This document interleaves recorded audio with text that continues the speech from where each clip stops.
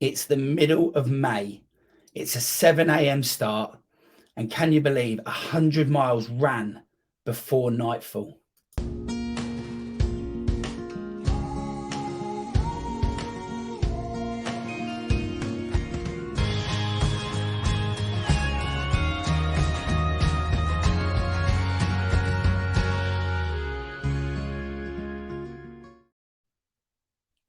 Hello and welcome to the Ultra Running Podcast with me, Coach Marshy. Hope you guys are all well. My training continues to get back on track with my journey back to ultra running myself, and hopefully that will come to a conclusion where I can run an ultra towards the end of the year. So we have a guest with us today. So let's bring in our guest. Hello, Alex. How are you, Alex? I'm all right, Marshy. How are you, mate? Yeah, I'm very well, thank you. So obvious question, I'm going to ask you without any context, how are you in terms of your body and how are you feeling? Yeah, my wife told me last night I'm the anomaly of ultra running and that people should not follow my approach. So, so 10 days ago, I ran the Grim Reaper 100 miler. And 2 days later, I was back commuting to work. And that's not to gloat. That's just kind of, I suppose, how my body works. It's just, I think I've become a lot better at getting used to this sort of distance now. I'm not purveying going out 2 days later and running 2.5 mile commute to work, but just part of my makeup, mate. Really, it's running is part of my mental health kind of makeup, and I just love doing it. So before we go any further, there's lots of things I want to expand on there, but let's ask you who you are, where you're from, what you do, what's your life like. We'll find out those things first. Okay, so this is like first dates, isn't it, mate? I'm dating. I'm Alex Werrity. I'm 38 years old. I'm originally from Leicester, not a Leicester City fan though. Sad day for the City last week, getting relegated. I live now in Reading with my wife and 2 stepchildren and little baby Byron, who's 2. So our first and probably only child together. He's a challenge, but a lovely challenge. I'm a teacher, so I've been teaching for about 15 years, drama and media studies.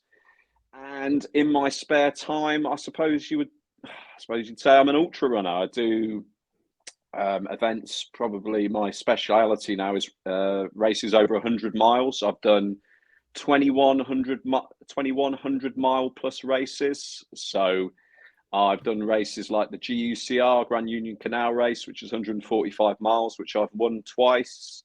I've finished the Spartathlon out in Greece. I've done something called the Canal Slam, which is all 3 of the canal races in a 12-week period. So they range from 130 miles to 145.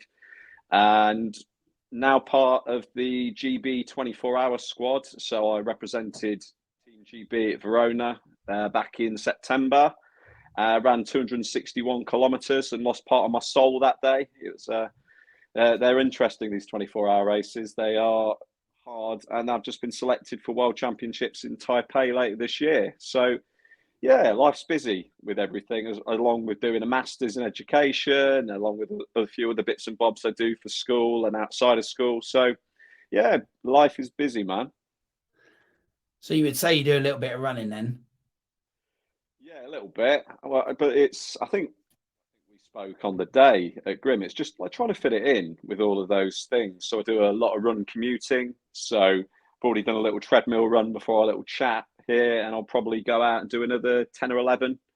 Just go around the lakes and stuff like that before I go and pick up my boy from nursery. It's just trying to fit it in to like life. I think that's the hardest thing, as you probably know, is fitting everything in. We'll probably dig into that in a bit, actually. We're going to unpack it a little bit, but let's go back to sort of my intro and the Grim Reaper. So I can give you that impression, like I just did in the intro, what my perspective was on it. So, there we were at a race that used to be well established before the pandemic. It's been away and then it's come back, and we've turned up with these new owners. And I would say a different group of runners with some past participants there as well, including yourself, who was probably new to the event. But what we found out was that there was a few of you that had ran a seasoned ultra runner as opposed to maybe beginner ultra runners. And our take on it was, okay, there's a guy that's kept up with the teams here on the first lap. And that's pretty rare in that event from the history of it. And when that happened, I was like, okay, I've talked to your support crew on the day. I get the impression that this guy does a lot of ultra running. This was very early on in the day. And you've managed to run your first lap very quite fast compared to, say, the mass participation on the day. So my impression was, this guy's going to do something special here today. And you didn't let me down. You definitely did what I would call something special on the day. So just give us a little overview of the Grim Reaper and how that race went for you. Talk to me about the terrain and the kind of course itself, and then perhaps the lap format and how that helped or didn't help you on the day. Yeah, sure. So course was just over 10 miles. It's a beautiful course. I mean, I've written a blog post race, and one thing I did say about it was it's just so picturesque when you come down around the estate and you see this beautiful lake. It's, I would say, primarily tarmac. So for me, someone who does a lot of running in this 24-hour format on tarmac, it kind of played to my advantage with the next percenters on. I knew there was going to be this muddy section because Steve had told me in the build-up there's this about half-mile, pretty rubbish, muddy section. So I just decided I was going to tiptoe through that. I wouldn't say it was hilly. There was undulating parts. About 2 miles in, there was a pretty steep climb up, but you kind of got that back on the way back because the loop kind of looped back and you kind of came down that. So you made up some time. You got these like flowing fields, which remind me of a race I've done called Autumn 100, where you've just got like a mile and a half of a field in front of you. And it's a really nice trail. And yeah, just nice kind of trail, kind of chalky ground. I wouldn't say it was difficult terrain at all. It was, once you got into the lap format of it, you knew the bits you could blast down, you knew the bits which were going to be difficult. From my perspective, it got very hard with the heat. I mean, you probably see from my beard here, I call myself the ginger bearded warrior, and I always make the mistake of going out too quick. And it's a mistake I make a lot because I always feel that you've got to test yourself and see where the body can go. And the A goal was to go sub 15 hours. And I mean, I went out at sub 13-hour pace, and I knew about 5 laps in it was going to get quite tough with that heat. So I had to hold back and really think about the cooling strategy. So you probably see I've got this buff around my neck, and I always just, this is kind of Cassie, my wife, just wet this throughout, so the face is cool, just wetting the hair. And I was being sick from about lap 6, 7 onwards, and I was just having to rejig the strategy. So rather than blasting the lap, I was walking the hills and then blasting the downs. And it's just being able to use my education in ultra running now and realize that you're going to have to adapt and change things throughout. And the most important things in that sort of environment were keeping cool, taking on some sort of fuel, and keeping moving, man, because beware of the chair. So true. Yeah. It is. I mean, I sat down for 2 minutes at the end of lap 8 and I could have stayed there for an hour, but I realized I had 2 laps to do. And you constantly got to keep yourself moving. And I saw some lads out on there doing the 100-miler, and they're about, I think it was about 2 or 3 laps ahead of them at this point. And one of them said to me, and I won't mention his name, but he was like, I'm going to walk it from here. And I was kind of like thinking to myself, you've still got 40 miles to do, mate. And I think it's the difference between moving and not moving. And I think that's where maybe people go wrong in this game a little bit, is that they think, oh, I've got 50 miles to go, I can just walk it. And it's not as easy as that. It's about the fueling. It's about the fact I spoke to a couple of the runners later who got really cold later on, that temperature drop, and it's about regulation. And it's about having a strategy. And my strategy is quite clear now. I'm going to eat a lot of carbs, and I'm going to try and, balance the pace as much as I can. And I still need to work on it, but over time, you learn things. And I hoped I showed during that Grim Reaper run that you can take on that format. It's not about just finishing it. It's about taking it on and, you know, it was really lovely to kind of finish second team, if that made sense. My mate told me later on that I beat the second team. So Yeah, yeah, you did. Yeah. The actual second team that came in were people from my running club for the 100 miler, and I was, you know, I actually wanted them to win the team, but I was buzzing in a different way, because I thought, hold on a minute, not only have they been beaten by someone else, a group of lads that were clearly very competent over 10 miles, but they've been beaten by a solo runner, which has probably never happened at that event in its 13-year history or whatever it's got, you know. And that told me that we were dealing with a runner here that basically, what you've just said, knew what they were doing and knew where people would get it wrong. And, you know, you used the phrase, I think, you can take on that event. Do you think that's the advantage of having, like in your case, I think you had a little table set up with some bits on and like the refuel station for you? Talk to me about that refuel station. Did that really make a difference for you? Does that format give you that ability to do what you just said and take on that fuel? Yeah, I think so. I mean, I had the pack and things like that, but it's always good to have something to aim for each lap, whether it's that little table with Mountain Dew or pizza or whatever is on it. And, you know, Natalie, Steve's wife, who was 5 miles round, that became a little game for me in the end. Like, I've got to get to that 5 mile point so I can soak myself in water, have my flat Coke, say hello, have a bit of banter, have a bit of chat, because you know it yourself, there are dark places in these races, man. I've hallucinated, you know, seen things that aren't there, and you feel utter rubbish at points. Like, I remember speaking to my mate Danny Hawkins, who's on the squad, and I sent him a message saying I'm in a hole, and I was about 70 miles in, and he was just like, "Mate, keep moving. You're fine. You're fine." And then 10 miles later, I was like, "Yeah, this is back. This is back." And it's about, my wife has always said to me that it will get better, and you've just got to work through those dark places.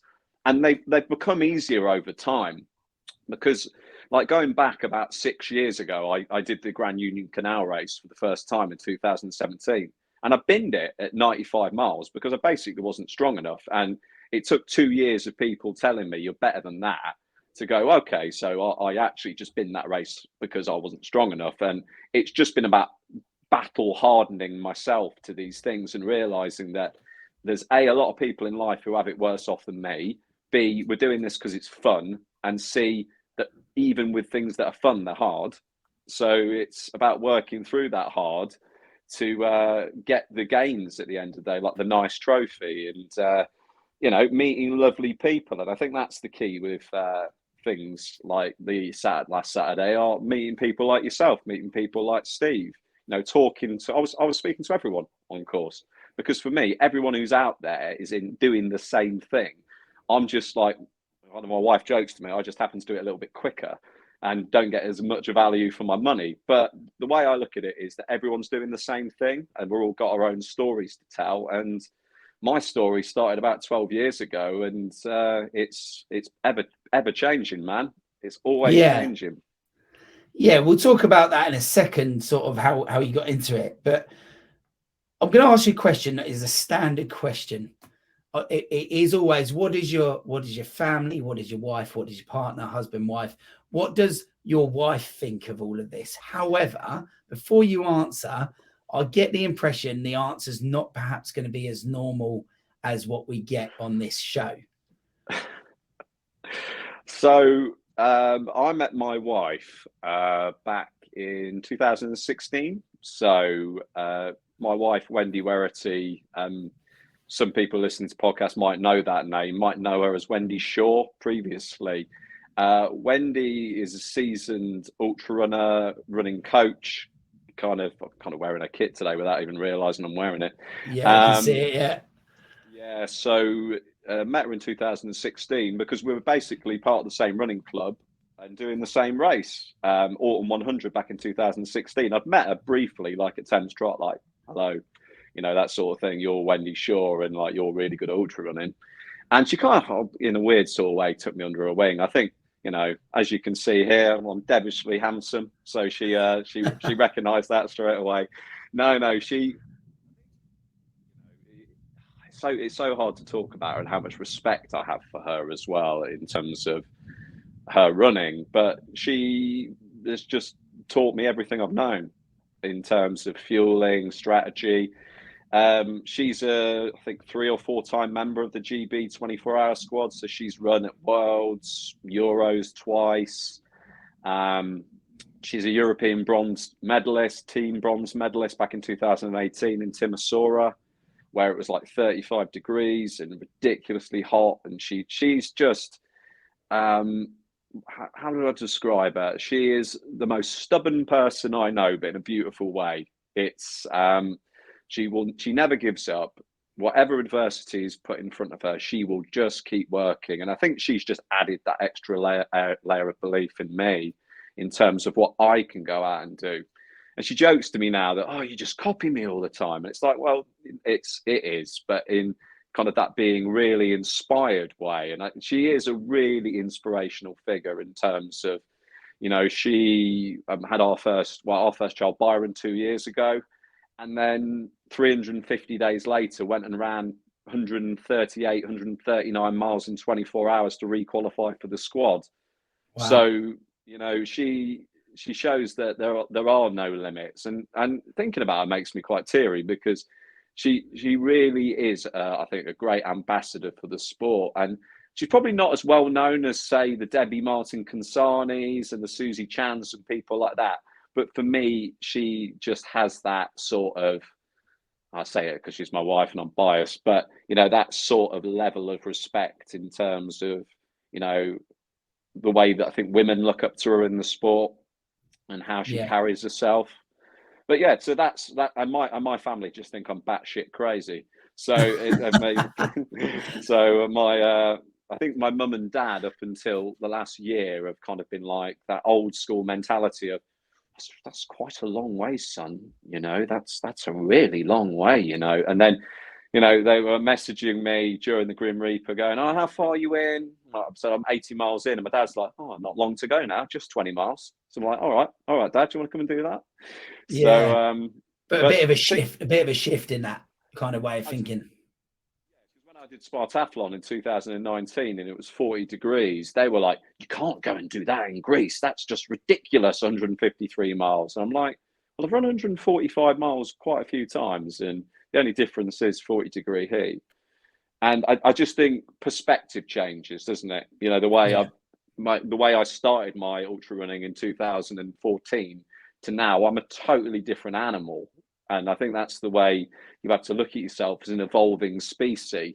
I'm always trying to read, always trying to learn. You know, that's I suppose my teaching background. But I'm always thinking about what can we do to improve here. And I'm not the finished article by any means. I mean, Verona, I ran 261k, mate, but it could have been so much better. My head went down, massively down during that race. And I realized during that race that I'm A, not as good as I think I am, and B, when times get hard, you've got to keep that head up. And that's what James Stewart on the GB squad taught me on that day. You've got to keep that head up and remember that where you come from and how far those feet have travelled. And that'll always stick with me, actually, what he said on that day. Just remember how far your feet have travelled, not just on this day, but in life. Yeah, no, that's a really good point. And I think a lot of our listeners can be sort of at a beginner level. Some of the feedback we certainly get regularly from the same people, they are beginners, and hearing things like that is really important and crucial for them to understand, because, you know, it's no easy feat running for that long, let alone, as you've just put it, how far have your feet actually gone in life as well. And that sounds like a really good bit of advice that you received. And, you know, you talk about 2014, quick yes or no, this, from that moment, has this become your sport that you're in and you're kind of all into it? Kind of, yeah. I mean, it's a bit like a drug, isn't it? I mean, I hear a lot of people saying that ultra running is very addictive, and it is because of the experiences you go through. And I call it like this experiential kind of different stories. I mean, I have kids. I mean, I'm in my office at work at the moment. You probably see all the running numbers around me, and I'm had a year at my school. So they often come in, and my role is pastoral, very much working with my year group and trying to help them develop as individuals. And they'll come in and they'll ask about these numbers, and each number is a story. Yeah. Each number is, an experience. I mean, I'm looking at the Centurion Track 100 one just in front of me there, where I was six hours in, and Sorokin broke his 100K world record. But I can always tell my little one that, I beat Alexander Sorokin on that day and won the 100 miler. Yeah. I mean, he stopped at 100K, didn't he? Because he's a beast.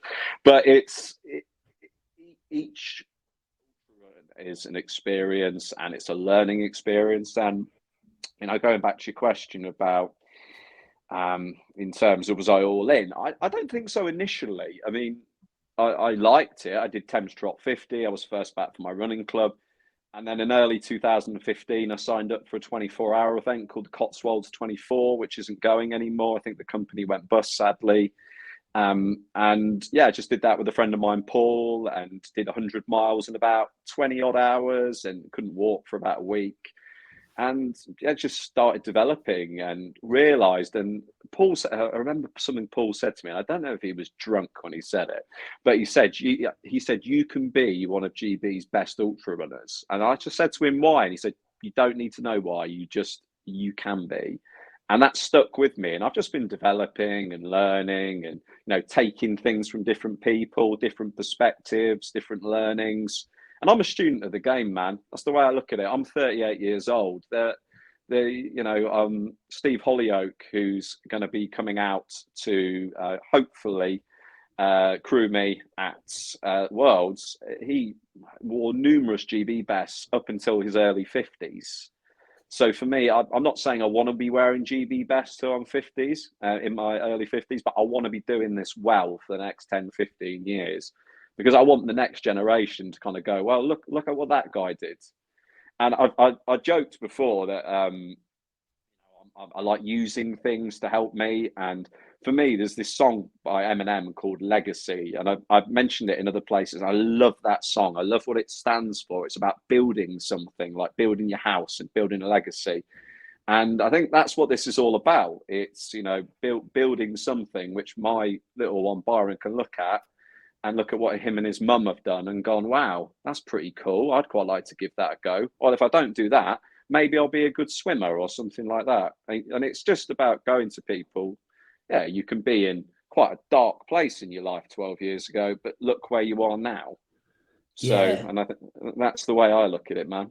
That's a massive message there with lots of connotations and understanding behind it, that most people could relate to in some way. And maybe someone who's sitting there in the dark right now might think, actually, hold on, this guy was in a bad place, and now you've built a legacy for yourself, your family, armchair stories, rocking chair moments almost, when you're both a little bit grey and old, and you can talk to your friends and maybe grandkids and things like that. And I think just to touch on your wife again, obviously I can see you wearing the brand in there. We met another runner who Mark, who won the 40-mile race, who I believe is also coached by Wendy. Is that right? Yeah, he is. But he's pretty new to the game, wasn't he? Yeah, that was his second ultra. He's a speedy boy, though, old Mark Flitton. He's chasing down my marathon time, and he's someone who comes from our sort of mould as well, which is, I think, we don't sell a brand, but if we had a brand, it would just be hard work and going under the radar. Wendy doesn't have thousands of Instagram followers. We don't really we're not really, well, not sponsored at all. It's for us, it's all about the love of the game and going out on the trails and just enjoying it, man. I think that I always say to Wendy, I mean, she did 100K last weekend, UK Ultra event, which was really well run, and she loved it. And the last thing I said to her was just go and have fun. Yeah. Have a smile on your face and look up and look around you. I mean, it's that I love the musical Hamilton, and there's a line in it where they go, look around, how lucky we are to be alive right now." And I think it's really true. I need to get it tattooed on me somewhere, actually. But Yeah. it is just how lucky we are to be out on those trails. And even like the ninth lap of Grim, I was still looking around going, this is pretty cool. Look at that lake. Look at that over there. Look at that beautiful flowing field. And I think it does. I think ultra running does give you appreciation of what's going on around you, Yeah. and you do learn a lot about yourself. Sometimes the bad as well. Like, I think maybe a few years ago, I was probably in danger of getting a big ego with all this, and had to realise that I'm just a small fish, really, in a very big pond, and I'm very Yeah. lucky to be in this pond. And I need to stay grounded, because that's the only way I think how you get better as well. You've got to stay grounded and stay humble, So because sort of never too high, never too low kind of approach. yeah, you've got to be you though as well. And I'm very confident. In my job, I'm a drama teacher, so I'm constantly enthusiastic and up. And I Yeah. think sometimes people would see me at races and go, "Oh, look at that guy, he's arrogant, isn't he?" But actually, it's just that confidence, and that's how I run. I run confident. Yeah. I run, as a mate said, you run with swag. Like, I run with a bit of swag to me, and I quite like that interaction. I remember running past you, and you were like, "How you feeling?" And I was like, "I'm feeling," so wasn't feeling great at the time, Yeah, but we've got it I'm on quite. we got it on an Instagram reel. It's not been released Uh, yet, but it's coming. oh, I can't wait for that moment. I was feeling great, but no, it was. Sometimes you just got to be yourself, and but I think staying grounded is very important, and appreciating where you've come from and who's been around you to get you to where you're at. Yeah. That's important. Yeah, I mean, giving you some feedback on that, watching from the outside, I never saw it as arrogance, but I did see it as confidence. But because I've done the Grim and I've done the 70, so I've been around it a few times in one night. When I saw that, I did see confidence, and I thought, this guy will make this today, because of the persona that you gave off and the confidence that you held yourself. I never personally felt it was arrogant in any way. I thought it was really actually quite motivational, particularly at the start. I called you over for a quick interview. We did a quick sort of capture of how you felt and whatever. And then you went back on the line, and you were on the line, and you could see you were a personality on the line. Now, I don't know if that was just natural you, or whether you wanted to try and G people up and help them, but it was very, from where I stood, it looked very helpful in the moment. Now, you might have just been being you and not thought anything of it, but I think there were people around you that certainly were kind of, you could see they were nervous. The trepidation was there. They were thinking, God, what's about to happen? And actually, someone like yourself settled it all down. A couple of our runners were in there. They were sort of around you, and it just seemed to settle. Now, I don't know if you said anything. I don't know if you can elaborate if there was anything you did or said, but it just looked helpful, is what I would say. Mm. Well, I think for me, Neil, I mean, one of the most important things is paying it forward. I mean, Yeah. I've been very lucky to have a lot of people who have given me good advice, and I kind of joke now. I mean, I wouldn't give advice. I'm not a coach, so I don't give coaching advice, if that makes sense. My wife has banned me from that after I gave someone my advice about how to taper, and she's like, "No one tapers like you." I'm like, okay, but the advice I would generally give someone is enjoy the day. What are you fueling today? When it gets crap, remember it will get better. You've got to change something, whether it's putting your music in, whether it's giving your wife a quick call. Just keep moving, keep eating something different, and it's all about helping others. Because I've been very lucky, and I had a good chat with a runner who DNF'd the GUCR the other day, and he put a message on Facebook saying, "Oh, he'd had a bad race." And I've met this guy a few times at other races, and I really like this geezer. And I just said, "Well, should we just do you fancy a phone call and just talk it through?" And we just spoke about it for half an hour, and realised that there was a few little things he hadn't thought about, and he's going to sign up to a race later this year now, which is great. And for me, I think in life there's always going to be people who you aspire to be like my wife. There's always going to be people who are kind of on a similar level to you. I kind of mentioned Damo Carr in this kind of vein. He's a GB squad member, kind of a rival I've had in different races, but we respect each other a lot. And then there's going to be people who are learning, those people that you should be helping. And I think that's kind of the role here. My role now is to help others, is to keep competing and aspire to kind of be that stoic warrior that my wife is. So, you know. Yeah, no, and we certainly appreciate you coming on the show, because we want to hear about Grim, we want to hear about your story, but that, you know, we've had feedback from other episodes where there are people that kind of want to get into this world and do some ultra, and actually they sit and they consume everything, not just this, but you know, books, other podcasts, and you know, having people like yourself come on and talk about it is really good and really refreshing, and that's what this platform's about, is trying to pay it forward as well. So I love that you share that in your own way. You share that, and hopefully we can help bridge that gap for people to pay it forward as well. You know, is it as a platform and a place to do it. In terms of one last question, actually, on the Grim, just a quick word on Steve and Laura, the new owners, and then also Natalie, Steve's wife. You know, I know they were very, very nervous about taking it on, but they had that excitement where it was more exciting than it was nerves. But any words from you about them and what you thought about it all and how it went? Oh, it was brilliantly organised. I mean, they're blessed with that setting as well, and the weather. It was picturesque, but the organisation, just everything in the lead up. Steve was brilliant in the lead up in terms of I had my geeky questions. I wanted to know about the route and about how this would work and how that would work. And it's been so lovely in terms of communicating, asking for a bit of running advice now as well, Steve, which is good too, because I know he's got his backyard ultra this week. So yeah. I'm looking forward to tracking him on that. But no, I mean, for a race that had come back, it didn't feel like it had come back, if that made sense. It looked like it was well established. When I turned up, I was like, this is well organised. You've got all of the setup here. Obviously, you there as well, adding that extra flavour. It just had all of the elements. Yeah, no, cool.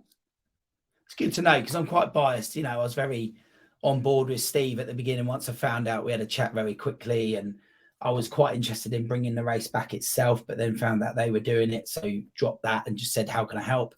Can I come as the podcast? And you know, I was really passionate about the Grim Reaper going forward, regardless of who owned it. I just wanted it to be there, because I think whether you're you running for GB or whether you're some of our running club that are getting into ultra running, it has something for everyone. And I think you proved that as well, which was really good. So moving away from the Grim Reaper, then you mentioned that this started back in 2014, and it sounds like, you know, you've touched on many events and achievements that you've done so far. Sort of what is the overall goal for you sort of moving forward and within this world of ultra running? What is on the bucket list? What do you want to get out of it? You talked about legacy, but you know, in terms of future achievements, what you got in mind? Oh, wouldn't it be lovely to go to Worlds and get a team medal, eh? Wouldn't that be good? Have we got any chance as GB? The team is strong. They're taking 5 men and 3 women, and sorry, 6 men and 3 women, and all of the 6 men have run 260 kilometers plus, which makes it the strongest ever GB men's team, 24-hour team going to an event. You've got Robbie Britton, the GB 24-hour record holder. You've got Dan Lawson. You know, Damo Carr's run 262 kilometers. Danny Hawkins, Paul Maskell have run 265. You've got a deep squad there of blokes, and 3 of them need to hit the target. So I think you're going to have to get 3 blokes over 270k though to get anywhere near a medal now, with the Poles and the USA, and obviously Alexander Sorokin pretty much carrying the Lithuanian team on his back. So. Yeah. I mean, it would be amazing to get a team medal and, you know, copycat my wife again with her bronze that she got in 2018. But for me, just doing different events. I love doing different events now. I think I went through a couple of years where I was just like, oh, I'll do a lot of the Centurion events. I think because I was quite new to 100 miling, and they're very safe events, as James Elson would tell you. They're very good for the newbies, and they're great. They're very well organised. But I like trying something new. So yeah, I mean, Thames Ring 250 miler really appeals. That's a bucket list race. It's like goes on the Grand Union and goes around the Thames Path. And I'd like to go and have a go at the course record on that and get something with a 40 on it. So like a 49 hour or something. That would be amazing. And, you know, there's the bucket list races, isn't there? Like Western States and Badwater. But I just don't think with my current, how I handled that heat on Saturday, I think I'd need a lot more heat acclimatization training before I'd take on anything like that. But yes, just, you know, taking what comes in front of me. I'm always shocked how many cool and niche races there are. And, you know, one day go and do the Berlin 100 as well. Like the Berlin Wall 100 really appeals because it's fast and flat.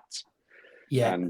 And you can have someone in a bike next to you for the whole 100 miles. So hopefully Byron will be old enough by then. So get, when he's a bit older, maybe come and cycle some of that with his mum and dad, which would be pretty cool.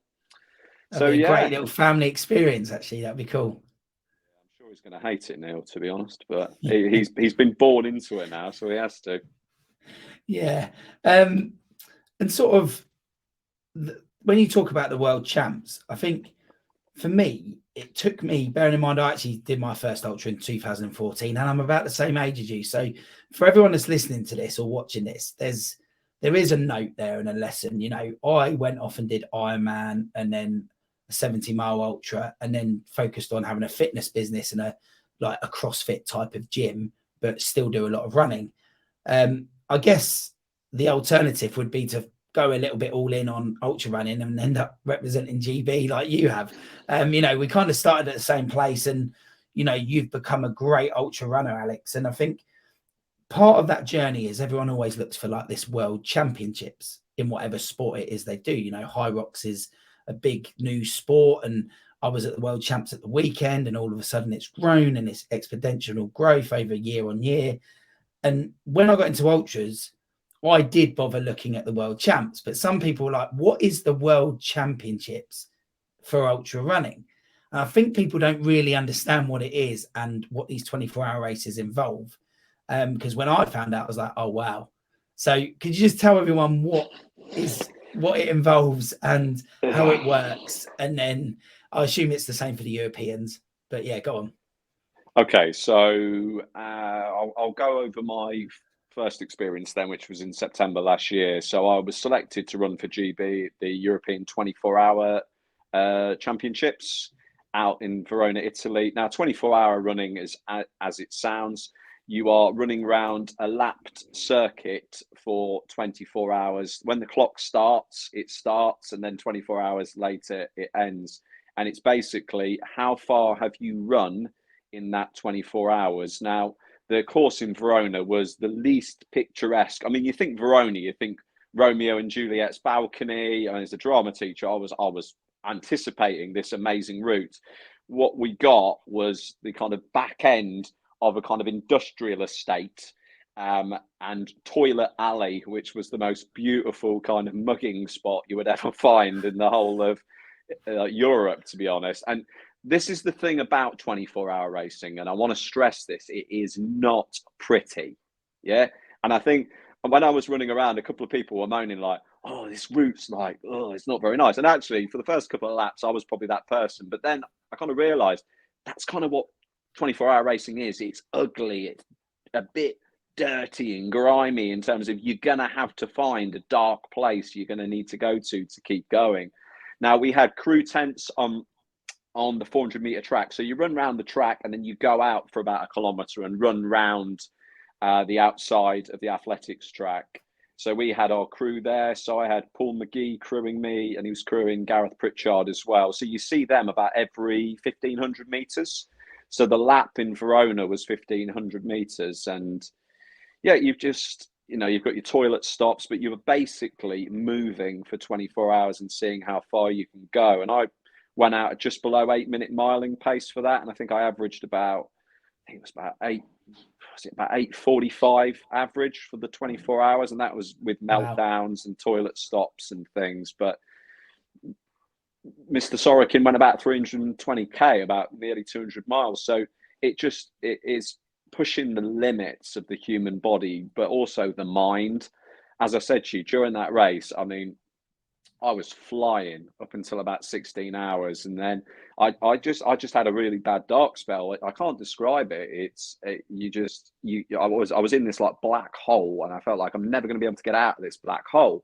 And then James Stewart, bless him, he'd had a really bad race, came in as my assist. He was running and just spent a few hours with me, just reminding me what this is all about and keeping that head up. And then I inevitably, well, I didn't say inevitably, I burst into tears when I went past 250 kilometers, because I was just like broken. I think I was just done in, and I had such a hard day. And then Wendy, who'd had a difficult race, came back out and it's like, come on, do it for Byron. And I don't know, something just clicked. And I've spoken to people about this, and I don't know what happened during that last half hour, but it was almost like the T1000 like regenerated. And but the last half hour, I mean, if you ever want to see like theatre at its finest, come and watch the last half hour of a 24-hour race, because it is absolute carnage. People like sprinting. I was going around the track like 6:30s, and I'd run for 23 hours and 40 minutes. Like, God knows where it came from. But I think my little brother, God rest his soul, was like on my shoulder pushing me, and it saved my place. Yeah. It saved my place at Worlds. And that last half hour, I said it to James afterwards, was showing people what I'm all about. I'm not that snivelling mess crying anymore. That's not who I am. Who I am is this last half hour. That's who I am. And that's what I love about this sport, man. It honestly, you learn so much about yourself, the good, the bad, the ugly, and you learn that you can work your way through those dark spots in life, and that you're never done. You're never done. I mean, I think was it Goggins or someone said, I can't remember if it was him. He said, when you think you're done, you're actually about 40% done. Done, yeah. So it was in Goggins, that first book. Yeah, it's that first book. Yeah, he definitely said that. And it sounds like there's a story there, Alex, to be honest. You know, you talk about your brother. I assume, unfortunately, he's passed away. And, you know, it's probably a deep source of pain for you. And it sounds like that might have been a dark place you were in. But do you use that? Yeah, of course. I mean, I started this whole thing, started running in 2012 because I was basically in a really bad place in my life. And I think I look back on it now and just I kind of cringe really that I was acting the way I was. My brother passed away in 2010, quite suddenly, had epilepsy and had quite a severe epileptic seizure. And basically for 18 months, I was a bit of a knob, if I'm being honest. And I want to explain that. So, you know, there's dealing with grief, and then there's not dealing with grief. And basically, I wasn't dealing with grief. I was blaming everyone else for what was going on around me, and just going out and being happy chappy and just not really in a great place. And I took quite a good friend of mine, Joe, to come up to me and go, "You're just not yourself anymore, mate. And if you keep acting how you are, then no one's gonna hang around you." And kind of weirdly, I was looking at getting fit, and I'd put on quite a lot of weight at the time. So I was about 17, 18. I was probably about 17 stone at my largest. And I just thought I'll start this running thing, and then got into it and noticed the weight dropping off, and kids at school started noticing as well. And I got this reputation as this crazy running guy, which was quite funny at school. Entered Reading Half Marathon, and realised that there's a way of dealing with depression, and the way of dealing with depression is not blaming people for things you can't control. It's about taking control. And don't get me wrong, there's still days now where I get down, and I'm not saying running is my cure, but what I'm saying is that I've got things now and strategies to deal with the darkness that I've spoken to, and facing it. Yeah, no, I cannot relate to what you went through, but I can relate to that idea, because the whole don't judge a book by its cover. I did that when I was in a really dark place myself in 2010, and it was called Running Free. I assumed it was about running. The lady did run. It was about locked in syndrome. Yeah. And I've got to say, this idea of running free, I was kind of running free myself. And it sounds like you may use running in a similar way. You kind of ran, that was your mechanism for dealing with depression. And like you said, there's still those dark days now. And I get that as well. But that's a great story to hear, that you have found a way to cope with it. And as you put it, the uncontrollable, right? Yeah, I mean, we like to think we know ourselves well, don't we? And it's only when that horrible life event sometimes happens, or we find ourselves in this difficult place, that we have to face those demons and exorcise them, as I talk about quite a lot.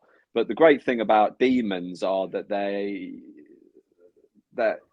they're quite high up, and that you can put them in different places and kind of keep you there for now. And it's just, as I said, learning strategies to deal with them. And I think talking quite openly about mental health is important too. I mean, part of me being quite honest about it, and I'm honest about it with the kids at school. I've done talks at my school about mental health and running, and why I've done it, and how it's helped me take control of myself and kind of define who I want to be, rather than who I wasn't, if that makes sense. This guy who was pretending he was like well happy and chirpy, it was almost like Bez out of the Happy Mondays. It was a joke, man. It was. I look back on it now and I just cringe.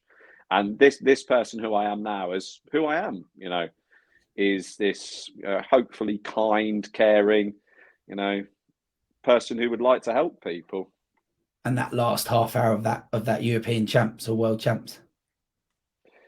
Oh yeah, that crazy fool, yeah, who was like doing weird kind of John Cena "you can't see me" signs, and he quite enjoying himself in a weird sort of Yeah, way, enjoying it and enjoying the pain.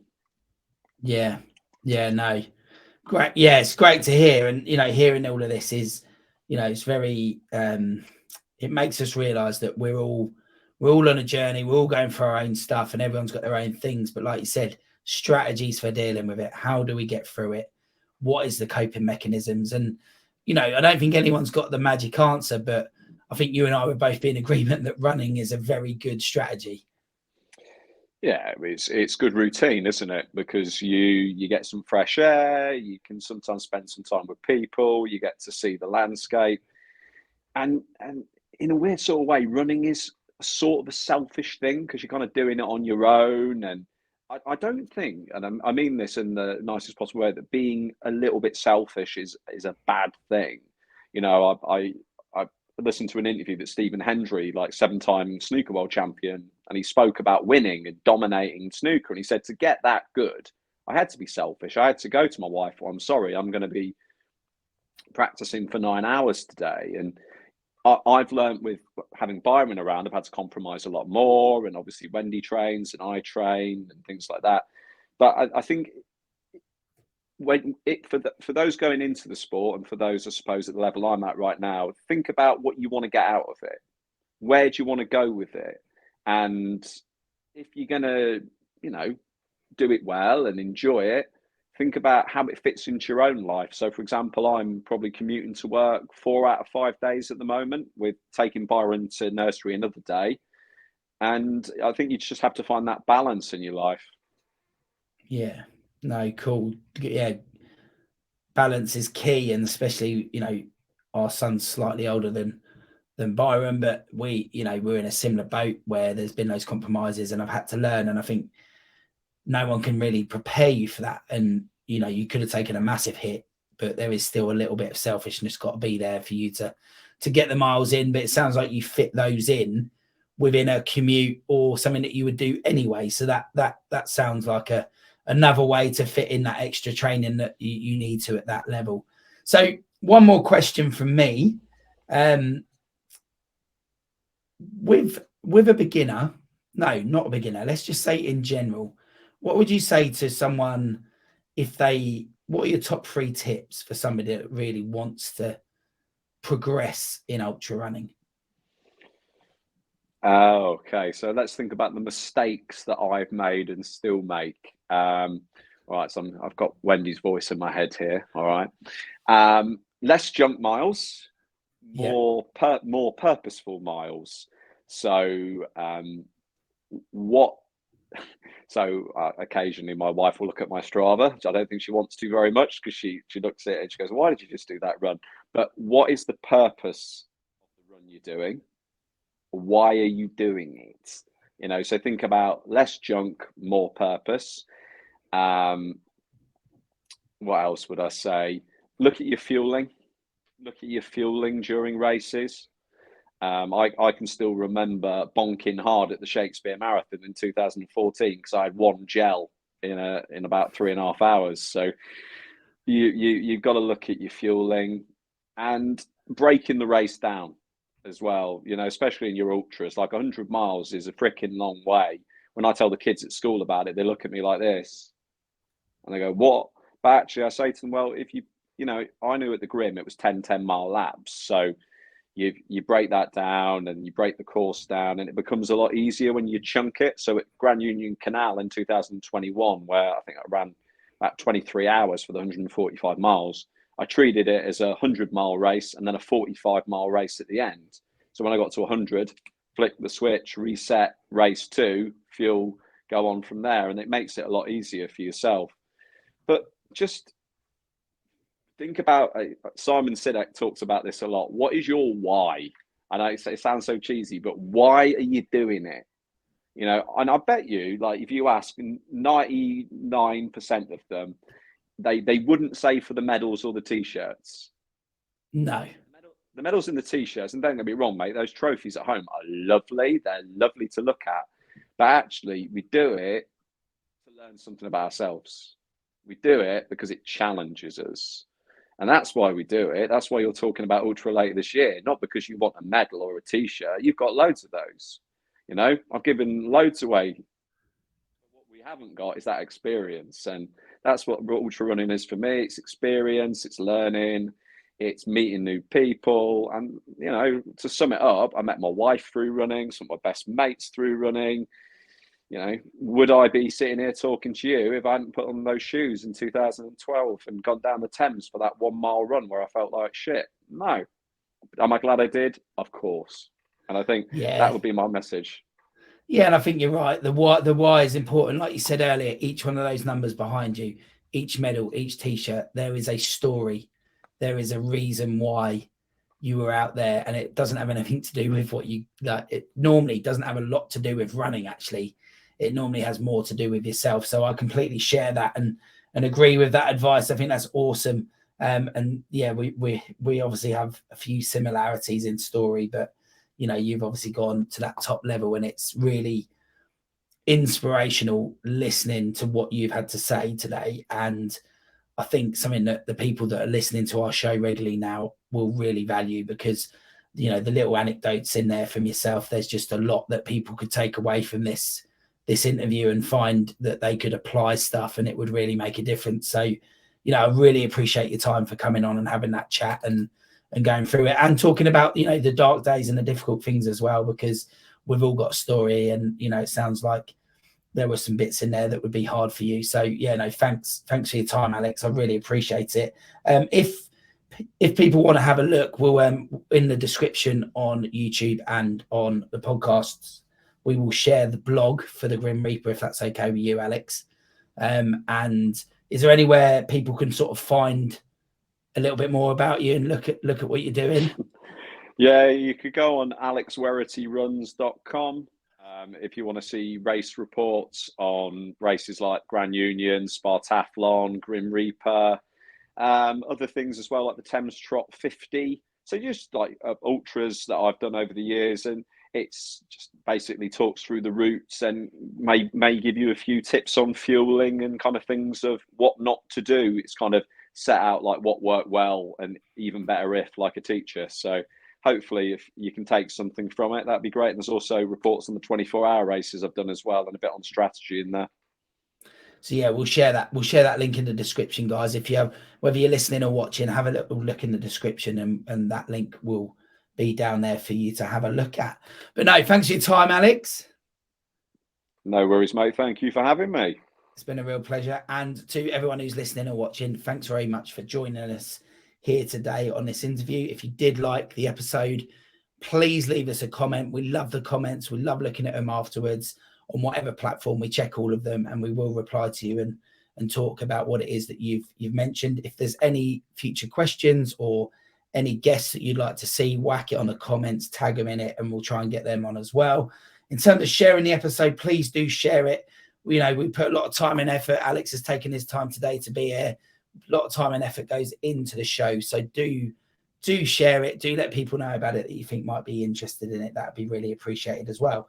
But for today, we just want to say thanks for listening. Thanks for watching. And we hope that we can meet here again to talk more on the Ultra Running Podcast with me, Coach Marshy.